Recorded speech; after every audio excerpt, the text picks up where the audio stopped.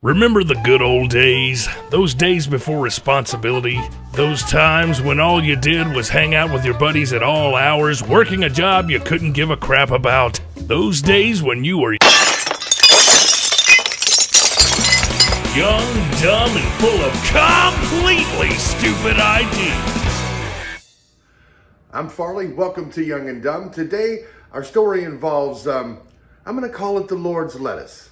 Because quite frankly, it's high time we quit demonizing it. But anyway, so back in '96, me and all my friends were real big fans of Christ cabbage. And so we had gone and procured some. It was me and four of my buddies in my big 91 Pontiac Bonneville.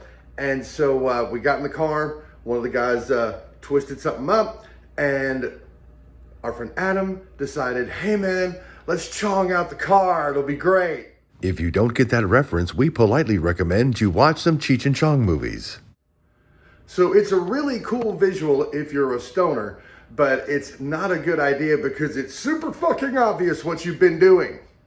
So we pass it around and burn it down, and by the time we're done with it, it is thick with smoke in the car. I could barely see out the windshield, so I roll the windows down, and of course smoke is just billowing out of the car. You know, a very recognizable smoke is billowing out of the car, and I kind of start freaking out. I'm like, we're keeping the windows down. They stay down. I don't give a shit it's 90 degrees. You're the one that wanted to chong out the car, and now we're stuck with this.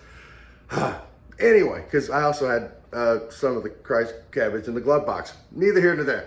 But we wound up driving like 10 miles. It still reeks in there. So we pull into an AutoZone or some, or whatever the fuck it was, to go get some air freshener to spray in the car, right?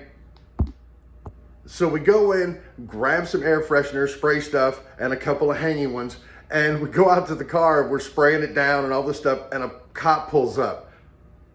And the cop's like, hey, everything okay? And it's like, yeah, somebody stepped in something or something smells in the car. I'm trying to come up with some bullshit line. I'm kind of panicking because like I said, there's something in the glove box I definitely don't want him to know about. And finally, one of my friends says, I think we hit a skunk. And the cop said, yeah, kind of smells that way. And just walked into the fucking AutoZone. I wonder how we got away with it that easily. That's a little something called white privilege.